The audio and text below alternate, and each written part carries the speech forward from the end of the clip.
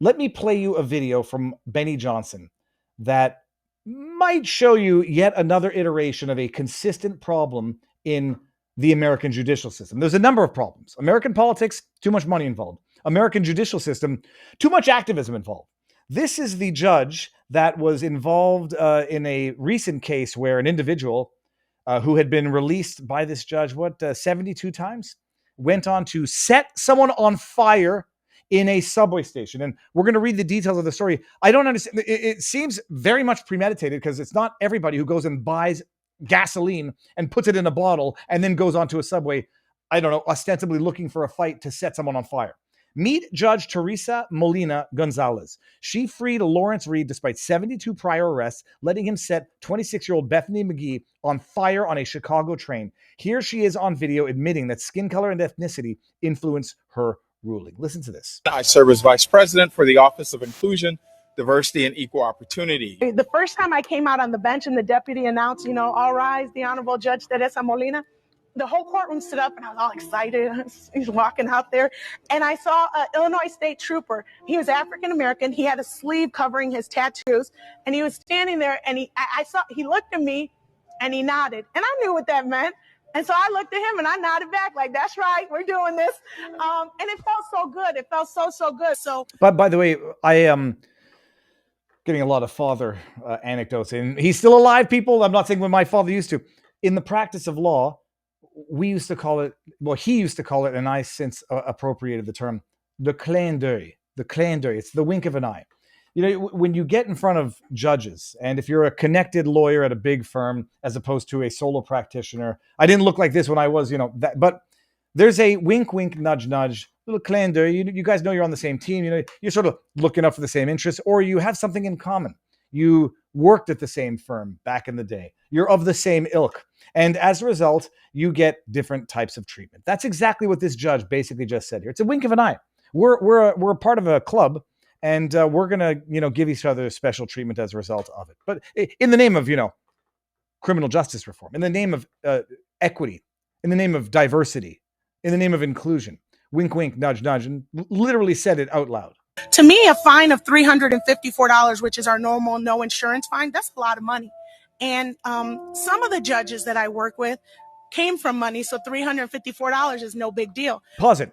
A fine is supposed to be, say a lot of money, it's supposed to be something that is a financial deterrent to breaking the law. If it isn't a financial deterrent and you lower the fine based on people's means, well, that's as much as allowing rich people to buy their way out of criminal injustice. That's the way of letting the Pfizers and the Googles buy their way out of their criminality. It's just as bad.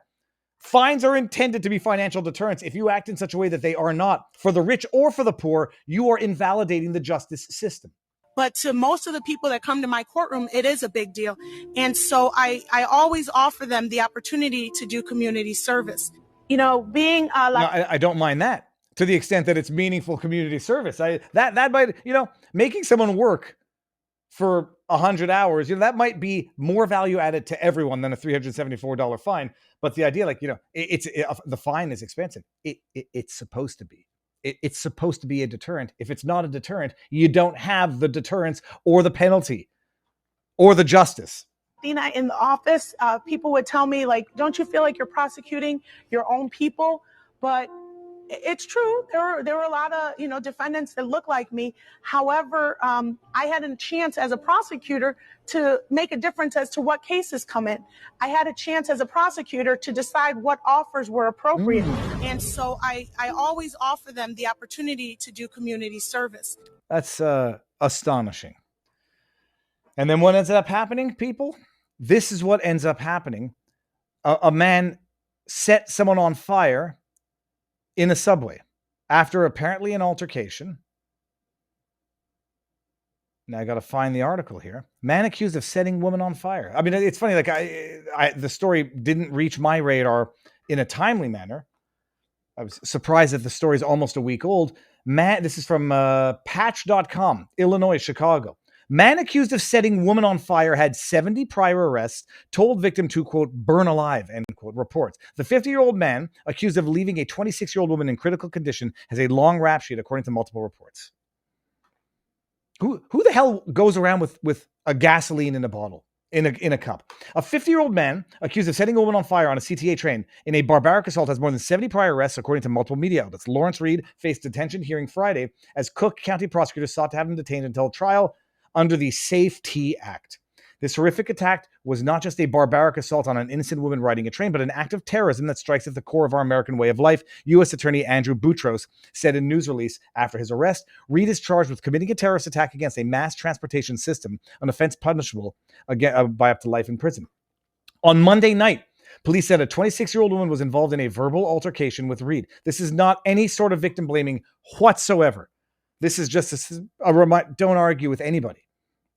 As crazy as you think people are, they're even crazier. Don't argue, and you minimize the risks of barbaric assaults like this. Then they say he approached her as she was seated on the train with her back toward him, poured gasoline all over her head and body before he ignited a bottle and used it to light her on fire as she ran. The woman was engulfed in flames, was able to get off the train, according to authorities. They used an extinguisher, put her out, etc. Police said Reed had purchased gasoline, putting it in a handheld container at a Citgo 20 minutes before the attack. That's not someone getting into a fight and punching someone in the face. That's premeditated. I mean, I'm not trying to be funny, unless he's sniffing the gas and he's brain damaged. Unless he bought the gas to huff, which is what a lot of, unfortunate people up in Canada do. Reed was captured on surveillance, was arrested several hours after the attack. He was seen wearing okay. He also had a CTA transit card, which had been used to board the CTA minutes before the attack. According to Chicago police, reports and body-worn camera, once in custody, made repeated, spontaneous, and unprompted assurances yelling, "Burn, bitch, burn alive." Reed, according to Chicago police reports and body-worn camera footage, once in custody, he, quote, made repeated, spontaneous, and unprompted utterances yelling, quote, "Burn, bitch, burn alive, bitch." I mean, this man sounds absolutely schizophrenic. He had more than 70 prior arrests to his name. At the time, he was on an electronic monitoring system stemming from accusations he attacked a hospital social worker, knocking them unconscious. In August, an outlet said Fox, 30-year criminal record, arson, several arson charges, 72 arrests, and about 15 convictions.